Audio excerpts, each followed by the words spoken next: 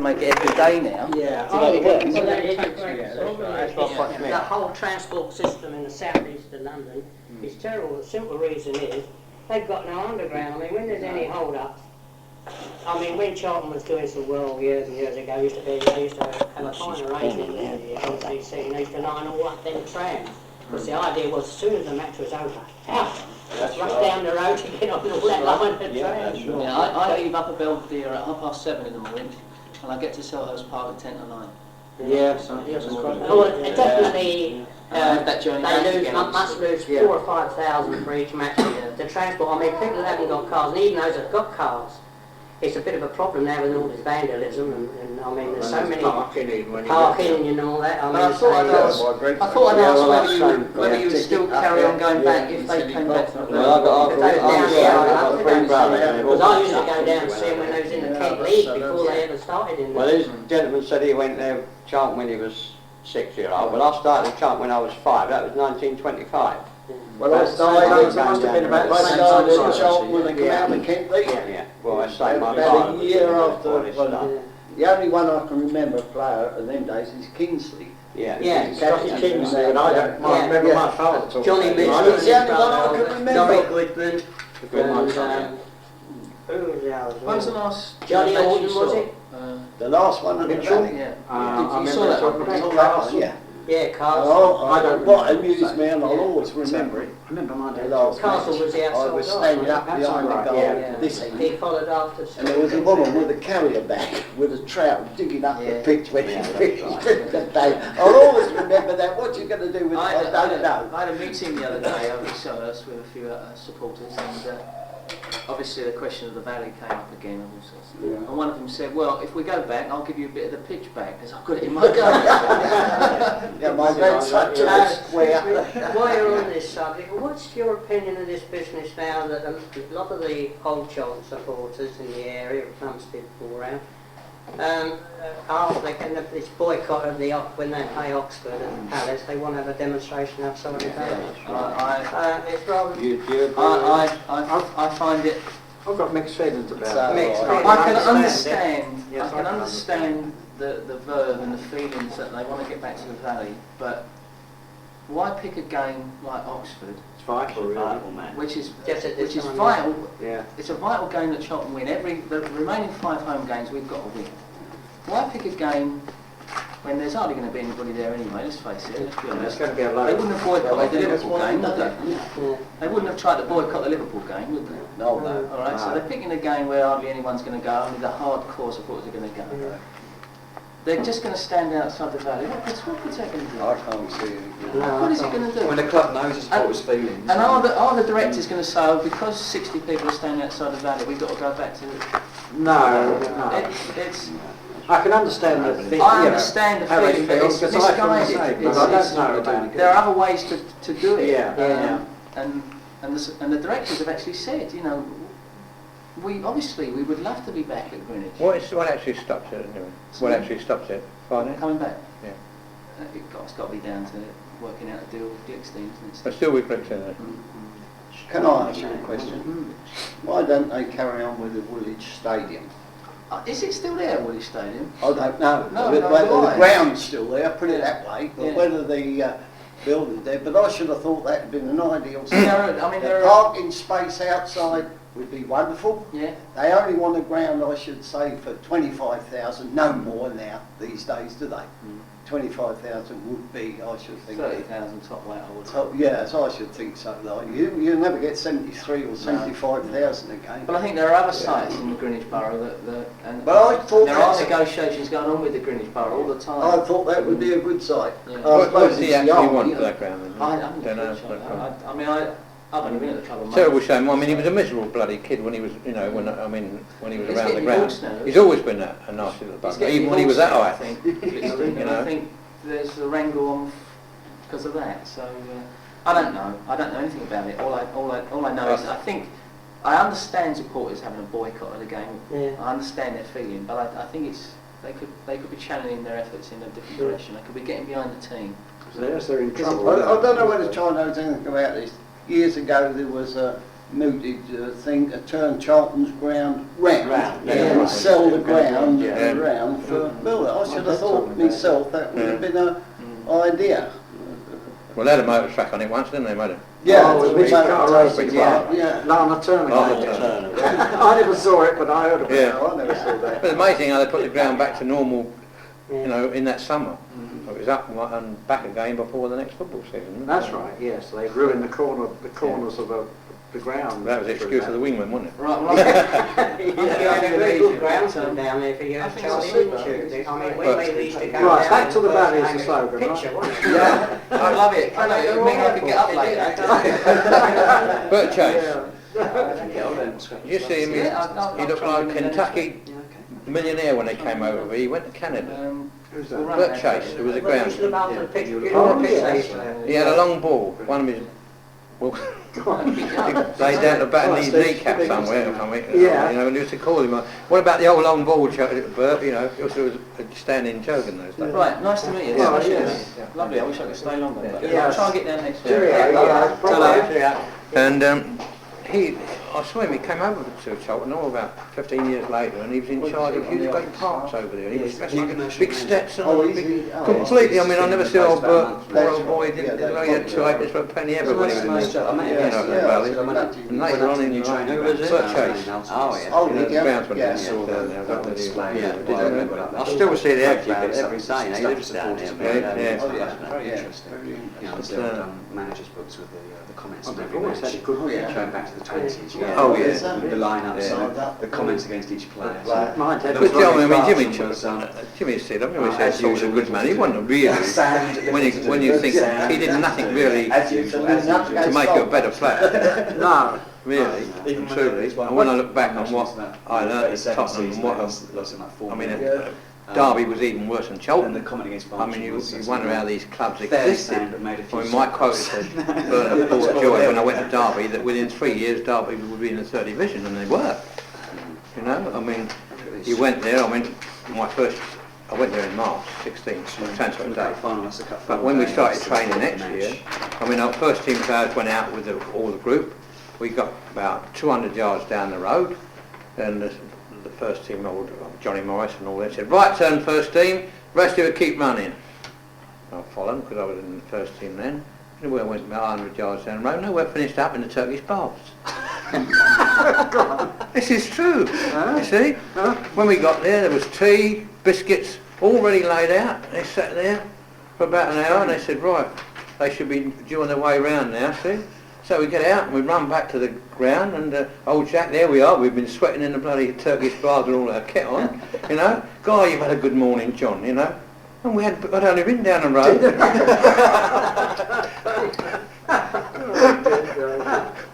Never met anything like it, you know. And then we used to go in a meeting at 11:15 for a chat on Friday morning. And the manager would say, well, lads, what do you think, John? Johnny Morris, because he played for Cheltenham all the time. Did he do Yeah. Oh, He was England international, but he's still, Yeah. you know, Yeah, all the good Parliament, team. good Come from stuff, Woolwich, stuck at didn't him. they? They You know, all the lot, Jackie Stamps, Yeah. Musson, Stamps. you know, Woodley, all of them there, all the England, Musson, all, but They had the Mosley, national team, all in the didn't national they? side, you Yeah, see. Charlton. Said, what do you think, John?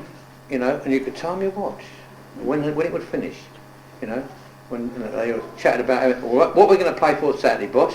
How much? What did we play for last week? You know, how much money we're going to get for Saturday's money? You know, oh no, there'll be an argument over what we're going to get. Nothing about the match. No, That was it, but nothing else, you see. yeah. Yeah. That's it. Well, at 1:45, you know, Stuart, the old manager, said, right, well lads, all the best for tomorrow. That was That was his, it. and that was his conversation to us. Yeah. You know. Right?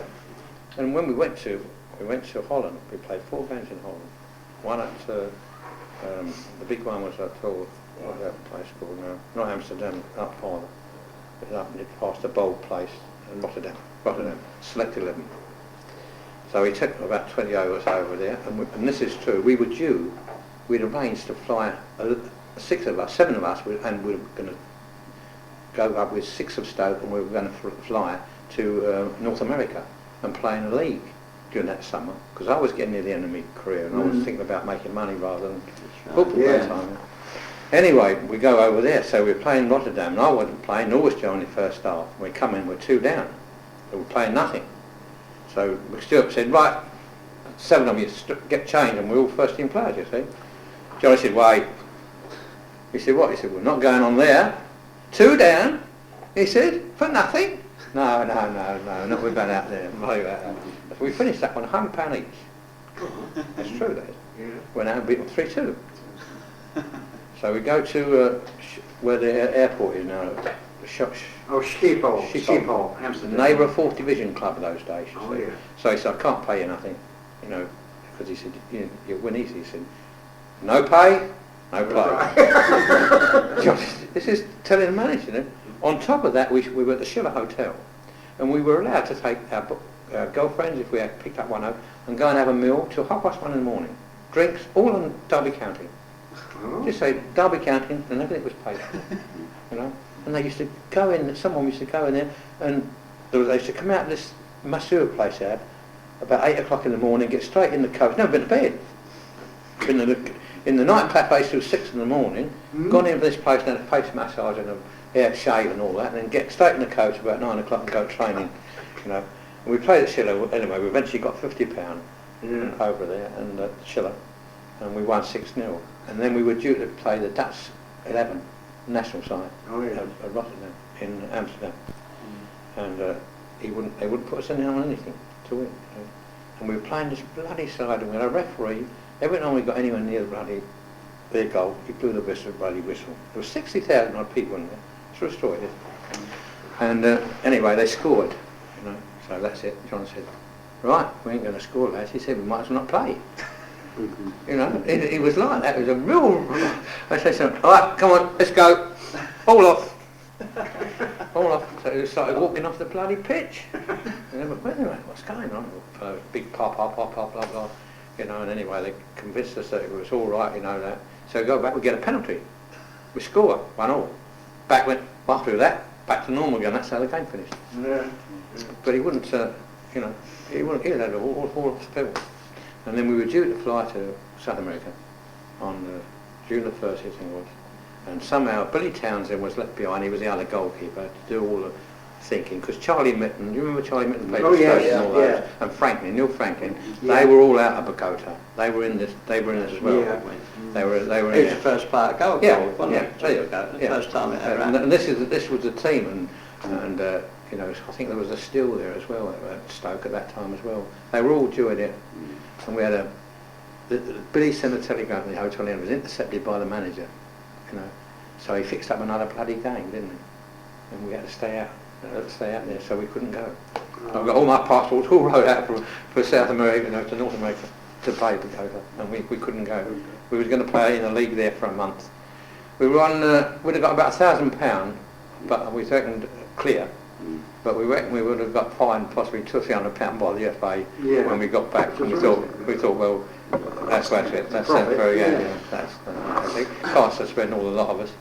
You know, another team regardless, so the club or FA most probably would have fined us. What would you have done in most sort of close seasons, most summers?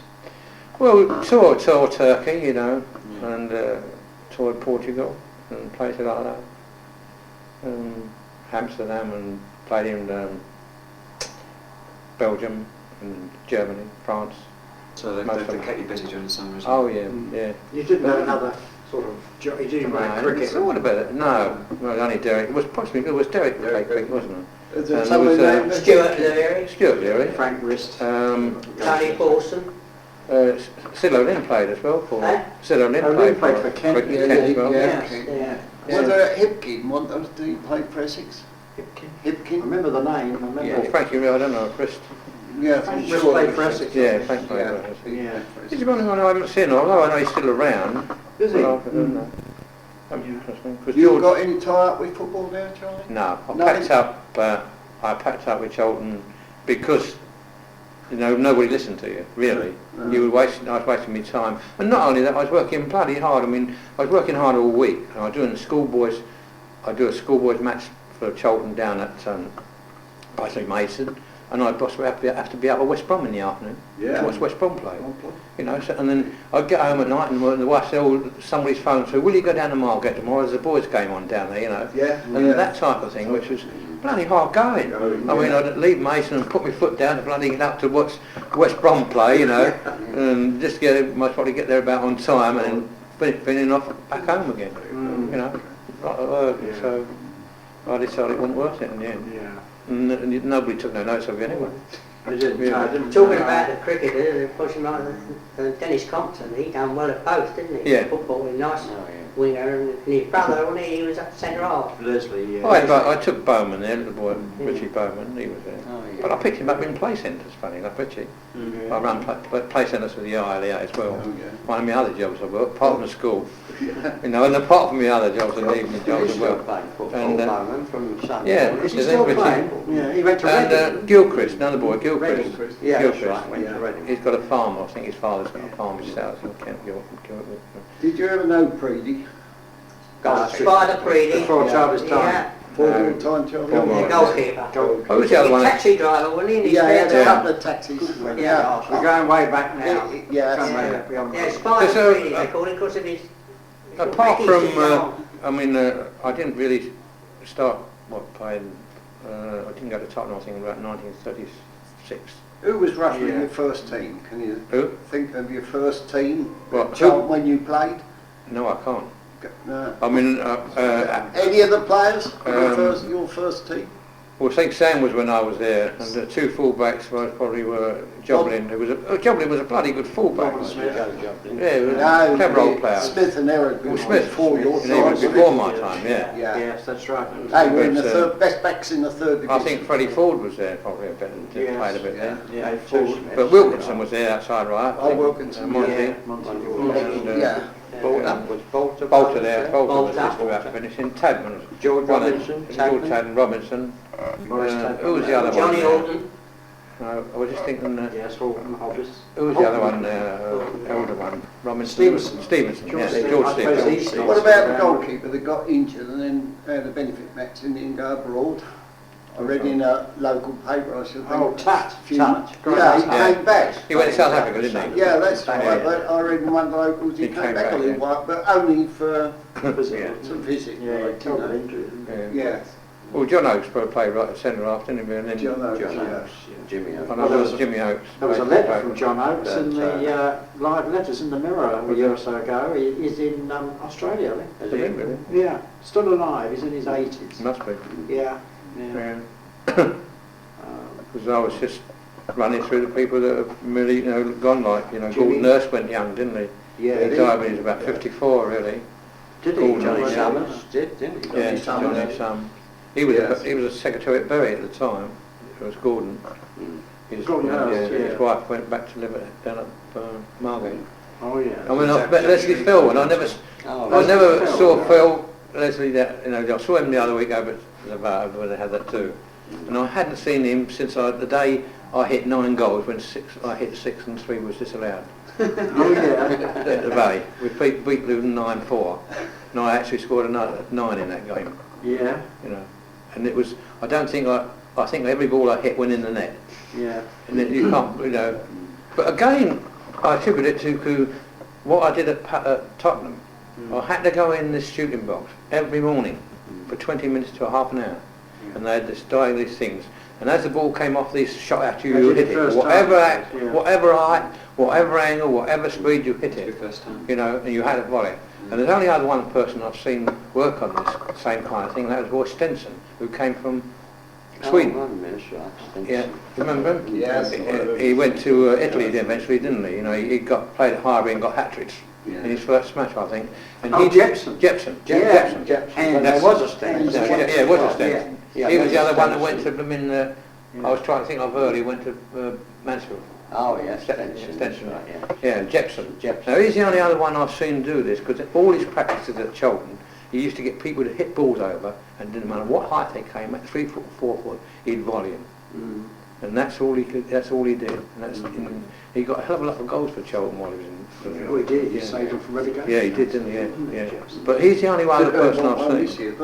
Yeah, to do with them now. He was. He went to Italy then, didn't he?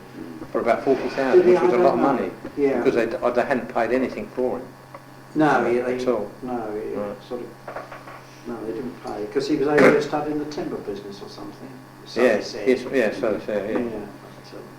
No, he was good, Gerard. He was good. What do you reckon? Do you reckon Jimmy Steve was the best manager they ever had? I didn't make him as a manager myself. didn't? No, he might have. He might have. Yeah, but he had a lot of contacts, but what he must have done to have got people from South Africa like he did. Yeah. I mean, when you look at the people that he got, I mean, take that those that didn't make it, but he had John Huey, you know, Huey and Leary, yeah, and Eddie Fermani.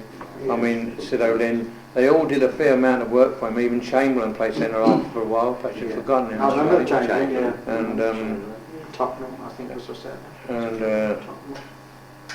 Tottenham. yeah. And Forbes, Dudley Forbes played quite a while there. Yes. But I can always remember that Sid O'Lynn, we played at Derby. You could hit a ball, couldn't you? Yeah, Sid could. And he came off half time and he couldn't walk, and I would try to bandage his knee up to send him out at half time, you know. And CD walked in, he said, "What's that? What's all that? He can't run with that off. Get it off. Take it off." You know. Poor old Sid took it off. Had to take it. Get out there. He said, "Run about, it'll run it off." Poor old bloody Sid, he ran out of feeling, came back, didn't we? He carried me, had 2 cartilages, both sides. Yeah. Yeah. And if we went to Wellington, we'd come in half time. It was 0-0. It was a good result, and we were struggling again. You know? He said to us, "See that bloody stand? Because Everton stand is quite a big one. When you get it, kick it over the bloody top of that." That's what. This is true. I mean, people, yeah. He said, "Get over there. We got a point." Yeah. We used to talk about your beginning of the season training. We've got to get 36 points. This was it. No. Didn't matter about winning the league. You had to get 36 points because you were safe. You were safe. And when one year, perhaps you remember it, we had to win 5 games to be safe, to win, to be a summer team. And it was funny because it was in a spell when he tried to drop me. I don't know, he had Derek Upton in his mind to bring in the side, which is what happens in all life, really, you know. Yeah. You know. But rather than come to you, he used to do it round the back doorway, you know. And we'd been up to Stoke, and Sid got sent off, I think, that day because he was a bit of a spiteful gun. And I left, so we beat them 3-0 with 10 men. So he dropped me, and he didn't tell me, because we were playing Stoke with Derek on the Thursday afternoon. He said, "Oh, Charlie, I'm taking your place tomorrow." I said, "What do you mean you're taking my place?" You know, I said, "I'm in the team, you're out, you've been dropped." So I said, "Oh, thanks very much, Derek," you know. So I go in and see the boss, and I said, "Well, you know, what was the reason?" I said, we won last week, 3-0. I said, on top of that, I said, I had 2 men to look after. Sid got sent off. I said, you know, oh you're playing tomorrow then. So I said, "Sorry, Derek, you're not in the side, you see." He said, "What do you mean?" He said, "He's put me back in the side, you're out." So we go up to so-and-so and we win 2-1, and we go somewhere else and we win, you know, and we had to play Burnley. And we needed to win at Burnley to be top, you know, to get out of trouble, to be out safe. And we won 2-1. Well, that night at the Park Hotel at Preston, you'd have thought we won the FA Cup. There was drinking, there was champagne, they were on the table stamping the you know, we just got guy, what's his name there? But that, you know, that's the type of person he was, really. Yeah. And he just waited the next year until we lost the match after the next season. I think we had a couple of starts and we lost, and you were out. Yeah. And Turk was in. I mean, the same was when I had my cartilage. I had that done at the after year I've had my match. I went into Abel's up in Fitzroy House, Fitzroy Square in London, and a fellow named, his name is Sir Lawrence Abel. He did the operation on my leg. This is about a month before the season was due to open. And he said, "You've got to be fit, you know." And I played my first, come out, they had my operation, I played my first game in 3 weeks of holidays after I had my operation, you know. And I was against Sheffield United, and we won. And my knee came up like a bloody big balloon, you know. So I said, all right, you know, no, because we never had cars them days, did we? No. So just down it up, sent me home. He said, stay in bed over the weekend, Jim Trotter. See you Monday. So all the week I was hobbling in, you know, got it down, got rid of the fluid by Friday. Have a trot round the track, only about the same. Report on Saturday an hour before the match, have an injection in my knee, play a game. After match, back in bed again. And that went on for till right into the end of November. You know, that's how I was plagued by him. And until eventually I'd lost a stone and a half then, you know, by then, and I couldn't play no more. I had to be out for about 2 or 3 months till he got back. But I mean, that was, you know, if that's to call him a good manager, I mean, You'd have thought, being an ex-international player himself, he would have been more. But while you were winning, see, we were winning, we were doing all right, you were in. Well, that's why we thought he was a good manager. Because he took them up. And another time, you know, Paul Harold Fitz once, he said, oh no, he wanted old Albert outside. He said, no, he said, I think your ankle's still a bit groggy, you better have another week off, you know, that type of thing. And poor old Harold was fit as a fiddle by then, you know. Yeah. Good-hearted player, good in the air, Harold. Oh, he was good. He was good as John Oakes. I don't think there's anything between them. Harold Fitz. Very good in the air. Yeah, very good. over from John Oakes. Yeah, Nice good man. players over there. Yeah. Good stopper. I was thinking when they had that run in the cup when they beat, what was it, Preston, West Bromwich Albion, and they lost it to Bolton. Well, that was 1923. Yeah, I was photographed that. Yeah, well, their half-back line in that day, if I remember right, it was Hardy, Wally. I think he came from Manchester City to Charlton. Wally. Yeah. He was a captain. Yeah. And the other one was Patterson, Scotch international. I should think that all through there, I should imagine that about one of the finest half-back lines they ever had, because they were all top-notch and they were all on full together. And Wally, he was such a good tactician, you know, a good captain. At least I thought so from watching them, but they were marvellous. That was when the fence They was came unlucky playing, against that Bolton though. when the fence unlucky came with that playing, fence behind the kick goal. play. Yeah. That was What's your version of that story, Bill? well, I always like to get up, He was up the play far up end. behind the goal, the other end. Yeah.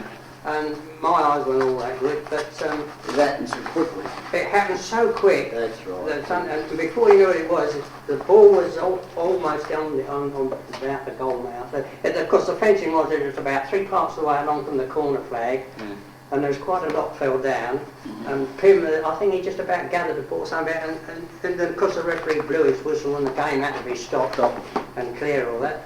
But at that time, Charlton, I thought they was going to score because they were doing a lot of pressing then. Oh yeah, they were. Yeah, I remember. Yes. No, I couldn't say exactly what happened because all the excitement, the terrific crowd that was there, the shouting and all that. Then Bolton lost to West Ham, didn't they, in the final? The first one, that's where you got it for Yeah, nothing. that's where I got it. Because the man who won the game for Bolton that day actually was that Welsh international outside left, Ted Vizard. Oh, Wizard, yeah. He was down that wing. I don't think you see that. I don't think there's so many good wingers about like there were in the old days. Well, I think, Charlie, the style of play these days, I myself, to watch them after play. seeing all those Maybe fast. old-timers, I prefer their style of play. The idea was the goalkeeper, he kicked the ball down, a good hefty kick through one of his winger, hoping that his winger would get it. And the idea was not all this tip-tapping across and back to the goalkeeper and back in, all this close work. The idea was use there to get a goal. So Open the the ball game down the wing and the winger was off. And if he could beat his half back, over it went into the centre and they'd all get in the goal. None of this, I think there's too much of this. I mean, tip-tapping. if you go to any match, I mean, I've been to a few myself, and you find that the goalkeeper's there, and that's a halfway line, say there, and from there, say 10 yards over there is one team, and from 10 yards over here, it's the other team, That's right. you know?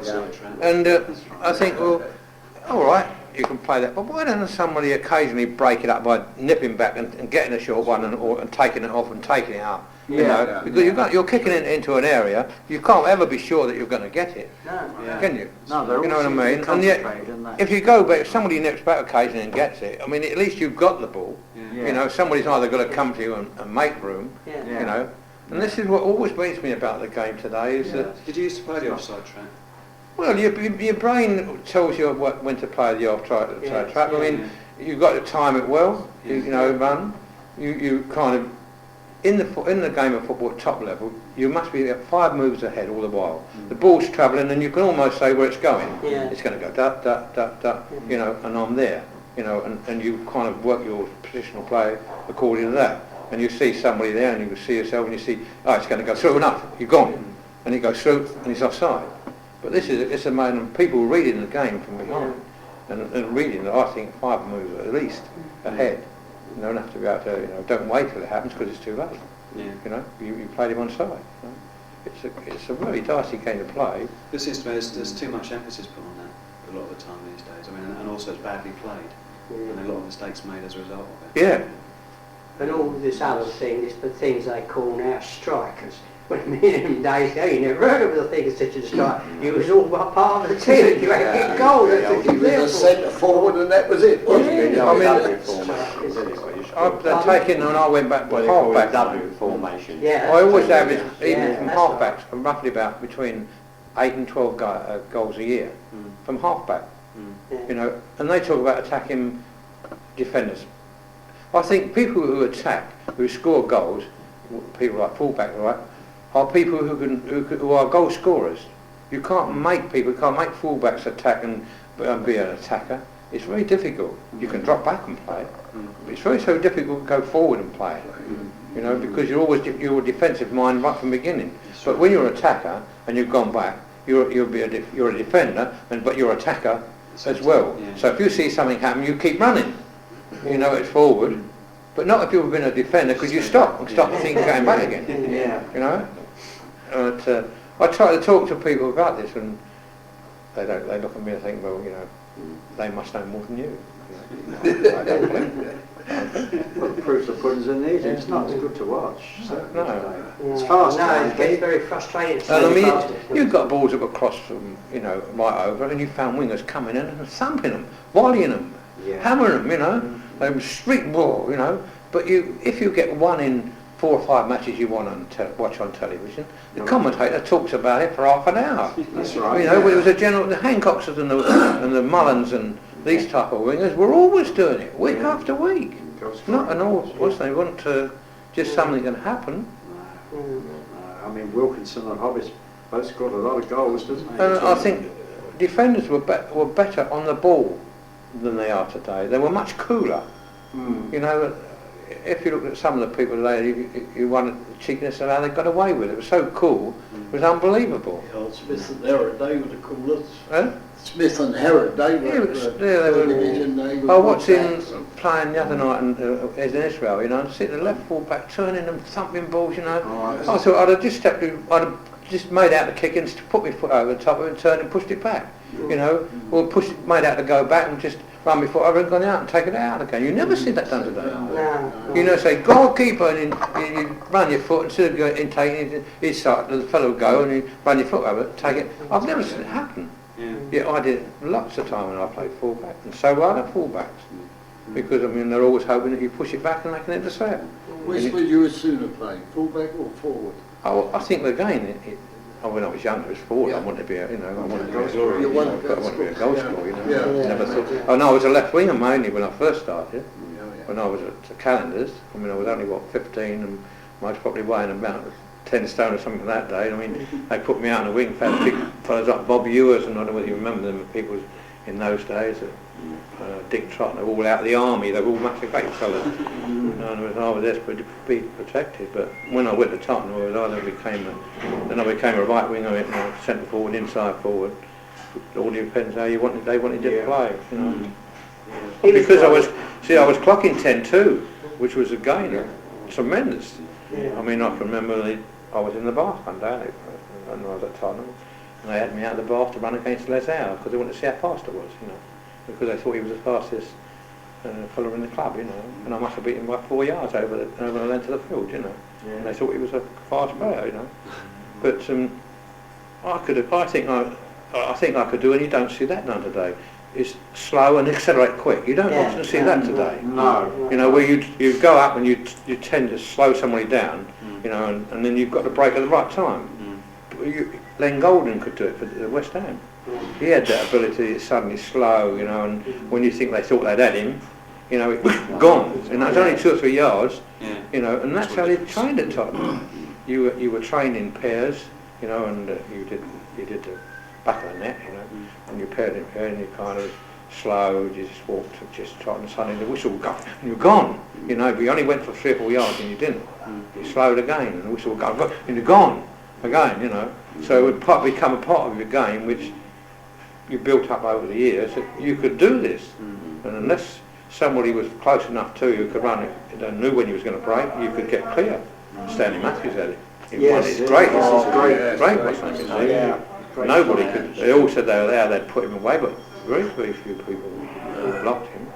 How did your move from Tottenham come about? Pardon? How did your move from Tottenham come about? I had a lot of injuries, a lot of trouble at Tottenham. It's unbelievable. When I was, I've been there about 6 months, and I'll tell you, coming round towards 8 months, I got back trouble. I went to Harley Street and had trouble. I went all the way through that summer. I'll tell you why. There was a speedway fellow named Wilkinson, who, you know, Louis Wilkinson, and he was having treatment for leg trouble, and we were together at Tottenham. So I can remember that era when it happened. And so next year I was fit again, and blow me, I hadn't been up there not long, for about another 6 months, and then my back went again. So back at treatment again, and he called me an old. I don't know, it was Peter, what's his name, what I forget the manager's name, there was 2 managers while I was there, which one it was, I don't know. He called me and he said, we've come to the conclusion, Revell, you're malingering. He said, you know, and I was about 17 and a half, 18 or something. So he said, and you've got to play this afternoon against Crystal Palace. Fred Dawes was playing for Crystal Palace, remember Fred? Fred Dawes. Right back. So, anyway, I said, I couldn't do my boots up. So the players did me boots up, you see, and I'm down, because they come out right at the bottom corner down that huge plate steps down there, and I'm stepping down there, bloody room. I'll get out on the field, just it took me, I think, quite a while to line up with the players, you know, before they would kick off, you see, and somebody pushed this ball out of me, and I think I was 2 or 3 yards away from it, and Fred was about 15, 20, and we arrived at the same time, you know, and they carried me off on a stretcher, you know, and funny enough, in that same match, they finished with 8 men that day, Crystal Palace, Tottenham reserves. But the wing half, Albert Hall playing inside forward, come off with Cartledge. Ernie Pfeiffer's, who was played wing half then, he come off with Cartledge. So they finished with 8 men, and I finished up, you know, what's name. So when I got a well game, I was playing quite well in the what's name, but they'd had enough of me, you know. And Harold G, do you remember Harold G? He was a Cholton, but running the Bexley. Yeah. Who was that? Harold G. Oh, yes, remember that. He was running the Bexley side, you see, and he was a local boy, and I was a local boy. Freddie Ford was local. Yes, You see, and so he said, what about coming to Cholton, Charlie? So I said, well, if you can arrange it. Well, Cholton, Spurs wanted 850 for me. I mean, it was unknown, really, you know, and anyway, the FA squashed it. Oh, yeah. And that was the way I went to. So how much did Charlton? Nothing. Nothing, it was... I remember my first game for Do you lose out on that, Charlie? Don't you get a rake off at all? not in those days. No, didn't they get... Well, the first team, if you were with them a year in those days, in the first team, you got 650. Oh, yeah. A percentage of the year, but Yeah. not in those days. But you didn't get nothing Not out of those that. No. Today they do, don't Yeah. Oh yeah. My first game for Spurs nursery was against the Arsenal's nursery, they? Oh, yeah. and I mean there was Cumner, Lewis, and all those marks, Yeah. all in that side, and in my side there was Nicholson, Burgess, Ditchburn, Medley, you name them, all bloody became internationals. Bennett, we all played. Bennett played for West Ham, Tottenham, West Ham. Leslie Medley played for Tottenham in England. I mean, you know yourself most probably all the names. Ditchburn, England, and Billy Nicholson, England, and Spurs. Left half, Ronnie Burgess played for Wales and what's his name. And the 2 fullbacks we had down there, Potts and Sibley. Both Potts went to Villa and played for Villa for 11 years. Sibley went to Blackpool and played for Blackpool for 10 years. And that was our side, our junior side, some of it. And So George Barron actually was there as well at the time, a goalkeeper, well, an amateur goalkeeper. But I played against the Arsenal, you know, and I thought I was a cocky bugger, you know. I was confident, I was quick, and I'd knock in. I thought I'd knock everybody over, and this full back. I thought he's an old man. I'll give him some bloody stick, you know, knock him over. And I hit him, and I felt as though I'd hit a brick wall. Everything went out of me, you know. I went completely out, you know. And when we finished after the match, old Jimmy Anderson, who became Tottenham manager, then he was a trainer there. He said, "What are you trying to hit him for, Charlie?" I said, "Well, I thought I'd knock him out." He said, "That was Jack Lambert." I mean, he'd been Arsenal's centre forward for about 10 years, you know. Yeah. You saw all people knocking him about, and I was going to knock this old man over. I ran into him and I felt as though I'd run into a bloody brick wall. He was solid as anything, you know. I don't know how old he was, probably about 32 then, I suppose he was. But he was in charge down there, old Jack. Yeah. What about old Billy Bonds? You ain't mentioned him at all. Well, Billy, you see, I took Billy, so Billy and May to, and he came to the place well before he went to Cheltenham, Billy. And he was, funny enough, when I saw him play as a boy, because I watched him a lot when he was a young lad, I never ever thought he'd be any more than about 5'7" and 8. He was a very small captain of a Kent side. If you ever, when you go and see sides today, you know, say like 14, 15 and 16, they're up there, you know. But he was a very small boy, you know. But he amazed me really. I think he fooled me a bit about how good he would have been. I thought he'd come back to Charlton, but I read it a while ago that he's finished with Charlton. Now they've gone to the Palace. He didn't want nothing to do with them. No. Yeah, I read because he that. lived there by the, you know. Local. He lived over in Woolwich Poly, didn't he? On that top road somewhere. I think. I remember just before Charlton finished at the Valley, one evening match it was, I stood up on the terrace with a couple of brothers. Who should stand nearly next to us was Billy Bond and his father, watching the match and paid to come in, evidently, you know. I think it's been a credit to the game, you know. You know? I mean, you don't often hear anything about him. I mean, he's a rough, hard, tackling person, isn't he? You know, he's not a gentle person anyway. But you don't often hear him have his name taken or that type of thing, you know. I also stood next to him in a bookmaker's once. I mean, a lot of people. I mean, a lot of people said when I played wing, I thought I was a hard man.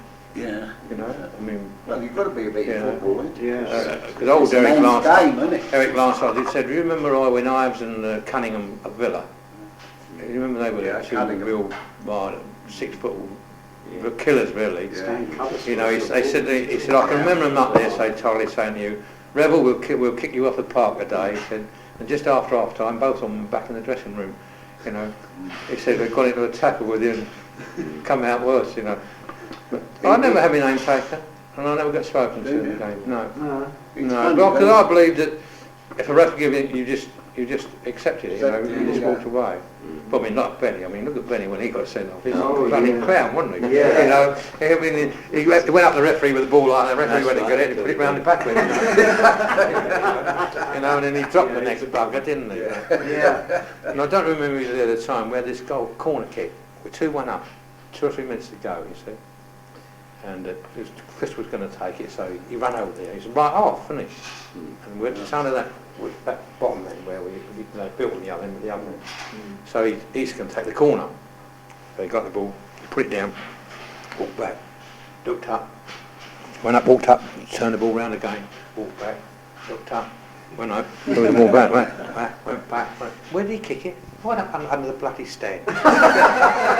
He did, this is true, he did. And he ran, you know, and when the goalkeeper took the kick, the next thing that happened was the centre forward headed on, but his head trapped it on his own 18-yard line. And we all said, well, he's taken the corner one moment, he's trapping the ball in his own pocket the next moment, you know. He was just typical. He was, wasn't he? Yeah, He was. It was funny. He was a bit. I mean, matched that bit. If we were playing away, he used to come in and take all our boots out, take all the studs out, and re-stud them all the lot. All the lot, Benny. He used to be there looking at them and putting tops on them, because they used to put the old tops on them in those days, you know. Yeah. And if he suddenly done it on the Thursday, he might do it Thursday, it rain on a Saturday, he'd have them all out again. I tell you, this is true. It was absolutely bonkers, really. It was, yeah. Charlie, have you got any theories on the so-called plastic pitches there with Luton and that? Have you got any theories on them at all? I mean, before you never played on I've played on them only since I've left, and I think that it must be very difficult, you know, to play on, to get used to. I think you'd have to have another generation of people playing on it, regular, to get a real true feeling from somebody who likes to play on it. You know, I mean, we were used to playing on. I mean, look today. I mean, we played on pitches in my time that they won't even look at today. They cancel the matches. I mean, we've gone to Wolves where we've had ice on the bloody pitch, snow on the bloody pitch. I saw that there at Charlton when they played Tottenham. I told them last week the pitch was covered with ice. No question about it. Every step they took, they had a bloody job to stand up. Do you remember, they played. Do you remember us having the German prisoners of war taking the snow off just after the war? Just after the war. Yeah? Yeah. Hey? Yeah. And we had, funny, in the photographs my children have got, my grandchildren have got, I've got these, and the snow is packed as high as that wading, right around the ground. That's right. All the ground, you know. Yeah. And these Germans over there, the bloody lorries on there, are all bloody weak, you know. Yeah. And I've even seen them play with the snow on the ground when they just made the touch lines and that, you know, through the snow like, you know. In sand sometimes, but they played. We played at Wolves one day and we could have played better with skates on than we could football with. Because in them days too, you had to put up with a leather ball, that used to get a dead weight. Yeah. I mean, sometimes you didn't hit that just right, it used to knock you out. A lot of pussies, some of them. Well, I mean, they don't play on, when I think that the pitch is unfit, you know, to what they used to. I mean, they talk about people, goalkeepers today, but Sam was a entertainer. Oh, yeah. You know, I've seen him come out in nowadays and head them away from 15 yards outside the box. And I've seen him get the ball down and throw it out and take it up the field. And he used to do dribble it up. You see, what I cannot understand with managers today, they know goalkeepers who are particularly good goalkeepers, and if you look at some of these goalkeepers that kick today, nearly all of them are out of the box when they finish. Yeah, that's right. I would if I plays there, nobody ever seems to do it.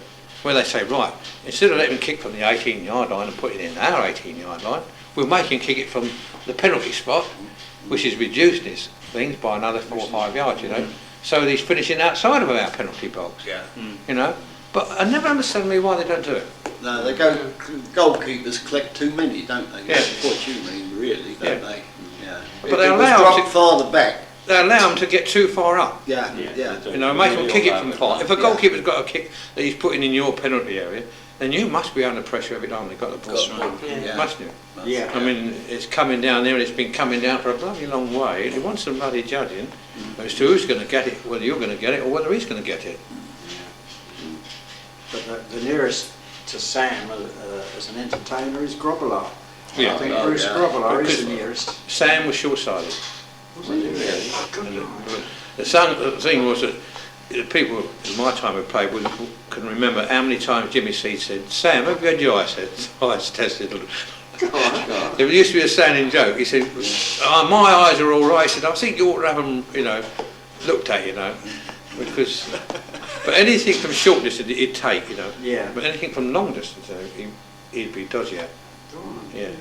And I mean, I remember when Freeman from Fulham hit one from 40 yards out once, a free kick, and he said, "Right, give us a view," you know. And he give him a view, and the bloody thing went straight in the back of the net, and he said, "We still looking for it," you know. And Jimmy said, Jimmy said, "Why do you have it? Why never?" He said, "No," he said, "They got me right at the last moment in it, you know." And we played at Sunderland, and I can remember 2 goals there. We needed this point, and we were winning 1-0. And Frank Love got out, stripped on the right wing across these boards. And a boy named Davis played for Sunderland, and Sam come out and he missed both of them. Went up, first one, it went over his head, and followed, boom. And he did the next one, went over his head, boom. And so I'm pretty sure that, and yet on short work, he was absolutely unbelievable. Unbelievable on short work. Yeah. But he would dribble the ball up the field, Sam would. Oh yes, I've seen him do it. Take penalties, didn't he? He took penalties. Yeah, he took one at Birmingham, do you remember? I've seen him take. No, I don't know. I don't know. That was the last one he ever took. Yeah, he hit the crossbar. The ball went back up to the halfway line. He's on the 6-yard line. Yeah. He ran from the halfway line, and somebody put the ball on the spot. And he ran from the halfway line, and hit it. You know, so his take on was well back in there. Well, and it hit the bar. Woo! Right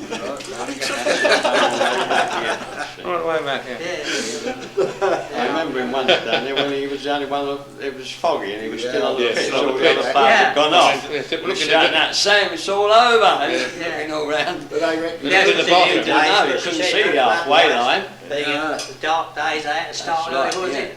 Up 2:15, half past What do you have to say about that? Right. After when he finally come off. He was still, But the goal, what must have the goal? No, when he was left Oh, on the yeah, pitch. that was because we were in the bath. Whistle, Yeah, We they were reckon in the he's bath. still in there. They reckon The he plan, was he wasn't 10 saying minutes. much here. Break back. 10 minutes, quarter an hour. Yeah, they thought exactly. they Put had his out. leg, then all gone, Sam. Clearing through the gloom. That's all they were doing well, doing all the attacking. Do you go and see what's Charlton now?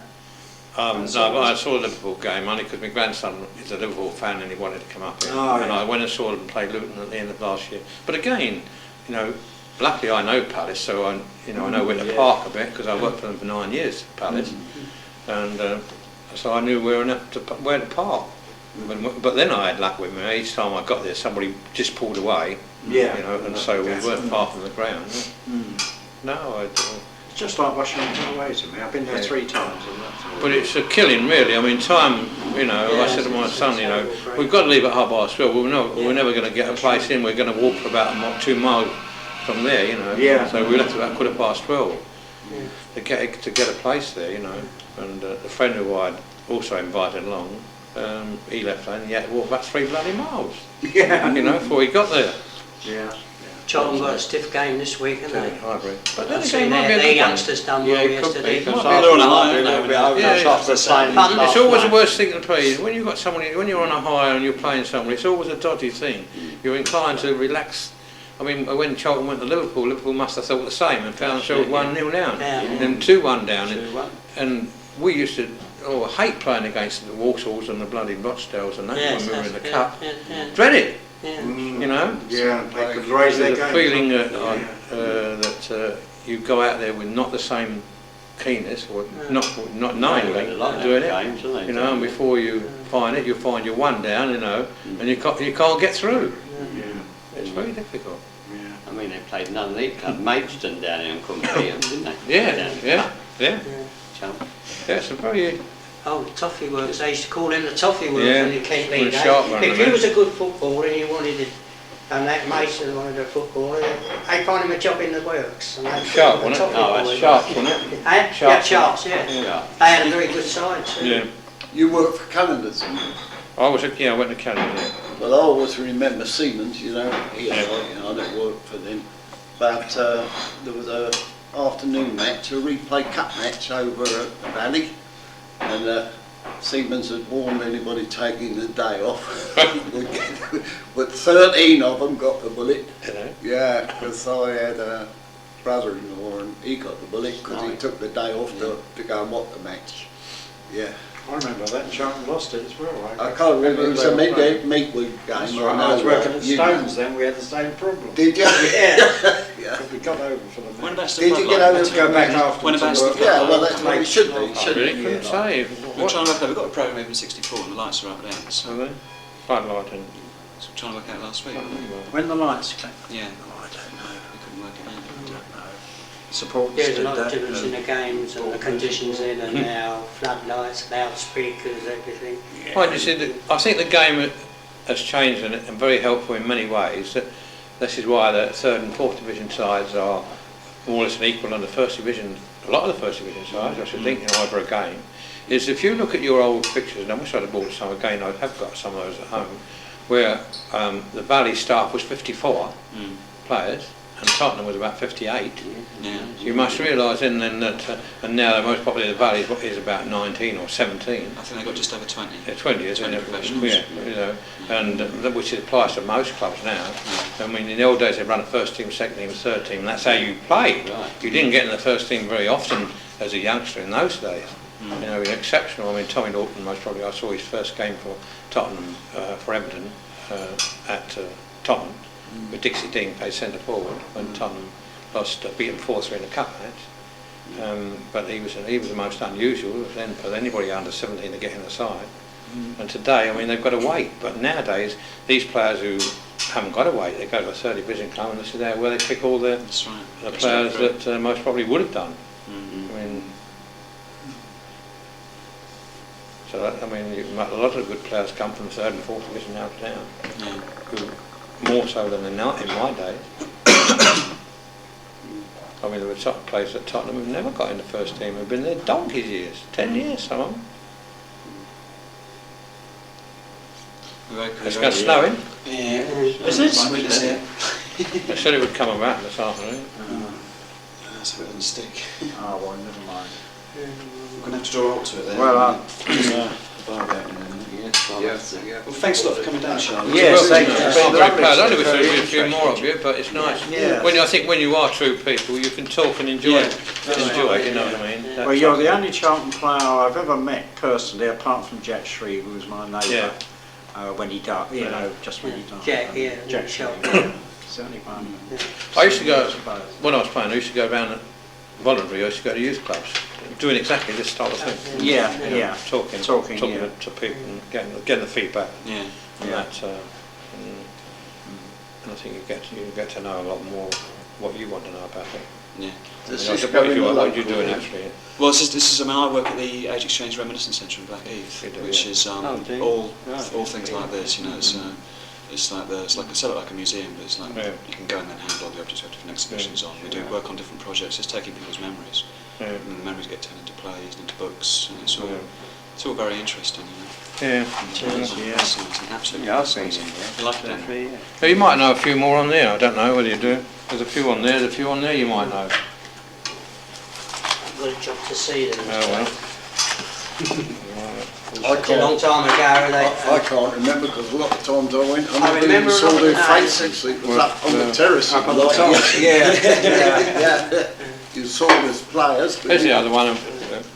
Capturing them in the wartime. You see Hobbits. Hobbits. When he pulled me downstairs. Oh yeah, Sam in his hair. Charlie Revell, mate, is it? Is it? Oh, that's Gordon Hurst.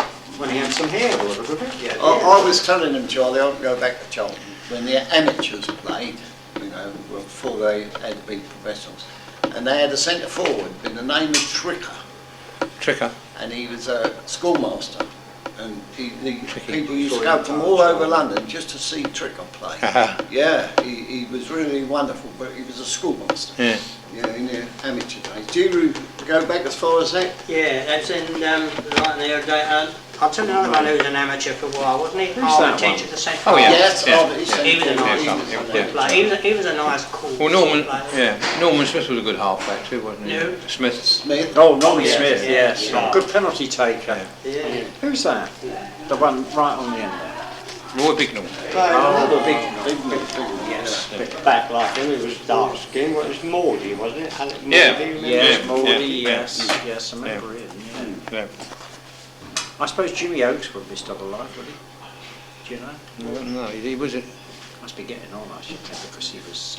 He was in Stoke. He lived in Stoke, didn't he? Oh. I don't know whether you might remember My this. wife, When I think. right in their very My wife, first I think. year in the league, when Charlton started, My wife. they had a chap playing there, Goodman. Yeah, crossed it all out I and know cut it that. out. She crossed it all out and cut it out. She like it or something. When Charlton joined that league, Aberdeen went in with them, Oh, yeah. that Welsh team. That was when Lyndon played. Do you remember Lyndon the goalkeeper? When they played at... I think there's someone I'm not in quite sure actually about it because I wasn't there, Northfleet but, days there's one there. the story I heard Was that the one? Was that Charlton against? played Yeah. down in Oh, the Wales. wartime Oh one. yeah. And Laurie Goodman, you know, he could hand it out if he wanted to. I'll tell you about him. Yeah, he upset some of the crowd, you see. yeah. And they got Didn't ever get annoyed. When capped. the match was over, No, I played for the they didn't FA, have the that was the nearest I got. coaches Yeah, on the yeah, road like they used to yeah. go for a Yeah. train. And the yarn Well, it's a bit unlucky really, wartime war, you know. Some the old- stuff, They said, Yeah. trouble outside, they can let it in. So what they do, they bunked him over the wall, he got onto the railway bank and he I ran played for the along Royal about Air, a I played for the mile. FA when I played for the Royal Air Railway Force field. twice. They stopped the train and picked him up. Did they? They were mostly I'll tell you international about how sides many really. good ones. Yeah. After Apart from you and Benny Fenton, I don't know the others. Well, Sid O'Lynn on Big Ears on the left. That one's Sid. Ah, yes, I've seen him. Eaglesfield, Jimmy D'Arcy. Remember D'Arcy? Darcy, yeah. Oh, yes, that's That's the thing I right. wanted to give you. It's you and who's this? Derek Upton. You don't realise, you're gonna come down Englefield. Englefield. What about this way? Yeah, when that? you come down. Davis, boy named Davis, young lad. I don't think much of him. This is funded by. Trouble is, over the years you see so many sets of players. Yeah. And it's just to enrol. Confuse them really. Just when you put it in, it'd be really great. Yeah, well, I don't know. Yeah, I've got one.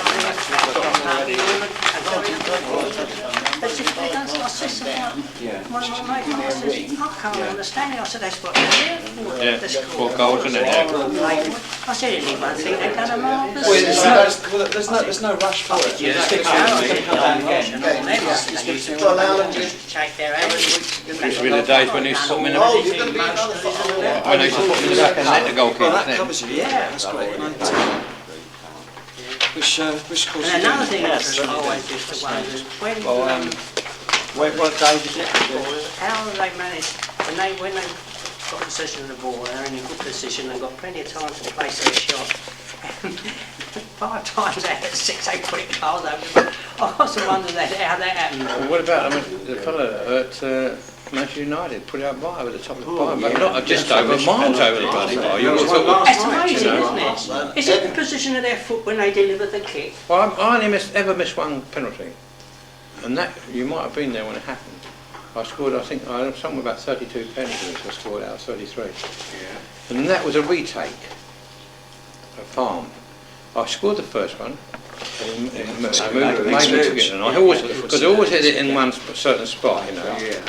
And he saved the second one. Time away like mad trying to get some of these takes. And I tried to hit the other corner. The first take I did with Archie, the It first was the week. thing, I mean, all over Samuel would tell you if it was here.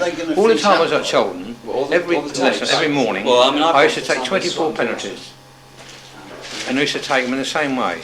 You know, and Sam was in goal, and Sam was always told where to go. Who puts So I could, you know, I was making it more difficult for myself and them. I would tell him what I did. Yeah, and I knew if I could beat him, even after telling him, you know, I'd score. But And I used to take those 24 penalties every day. It's just about You know, 45 at Tottenham, minutes you worth have of to. chat. Oh, I learnt that at Tottenham. You used to have a yard in stick on either This, post. no, this is what, this is the first week. I have to spend so much time over there getting it. It's not quite With no finished, I've got about goal. another 10 Just hitting it minutes so that left the to ball do. went between the yards. Between the two, Yeah, the yard in stick. the yard. You know, it would be a pole put down the yard, a pole put down the yard, and I would have with 12 penalties either side, and I have to hit that ball in there.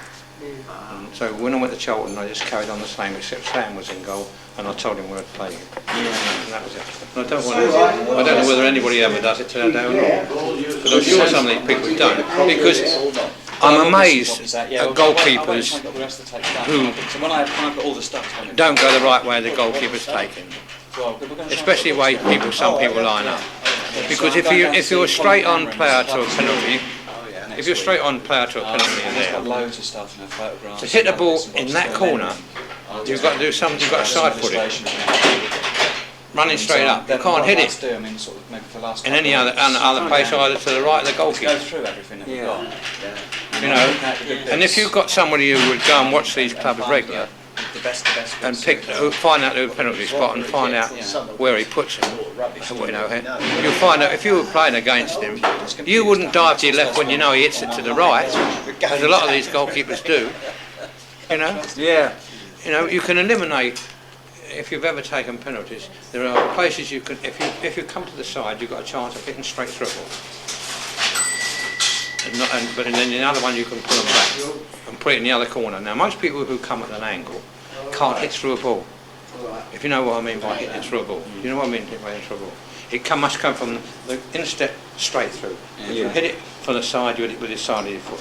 To hit a ball straight through, there are only possibly about 2 or 3 people in a football side that can hit through a ball, even today, who regularly hit through it. So if you get a penalty taker who can't hit through a ball, he can only pull it. So it must come to your left. Yeah. You know. Oh, I see. Yeah. You know. Now, the one who plays it from West Ham, he hits through the ball. So it always goes to the goalkeeper's right and it goes high. Who's the centre half? He takes all the penalties. And if you Stuart. Yeah. You find that most of his penalties go high and right of the goalie because he takes a straight run at it. Yeah. So he can't possibly change his angle of his right foot because he's a header of a ball. So he's never going to push it in the other corner. No. I mean, you've got to be terribly accurate to suddenly change direction and push it. And so rather than do that, you say, well, I'll line myself up, I'll give it everything I've got. So you know, but they're still looking for him to the left. Yeah. And you still see goalkeepers moving to the left, and Stuart. And you watch Stuart play; they all go to the right. Yeah. You know, Right, you can clap your eyes and say if it goes to the left, bad luck. But out of the last 30 or 40 penalties taken, they've all gone to the right. So why should it suddenly change? Yeah. Why change? I never change. Providing you hit it to your left and where you want to hit it. To me, I had 2 options. I could hit it left through the ball or round the ball. So it gave me 2 options. But mainly, I prefer to hit the sort. Yeah. Bert Ramsey, manager, couldn't see he used to hit that bar at the back with goal every time. Well, Norman Smith was the most peculiar penalty taker. He never used to hit them hard. He used to slide them in, as you say, to the right of the goalkeeper, just inside the post. Simply Brown was the trickiest one I ever saw take, because he could trip himself up, you know, like the actors walk. Yeah. You know, he'd be walking or running through a penalty, trip himself up. Yeah, he could really do that. But yeah, he put a ball on the penalty spot. You know, now people would walk back to they didn't know play it, and suddenly he walked through and put his hand out and then kick it. You know, referee like take it again.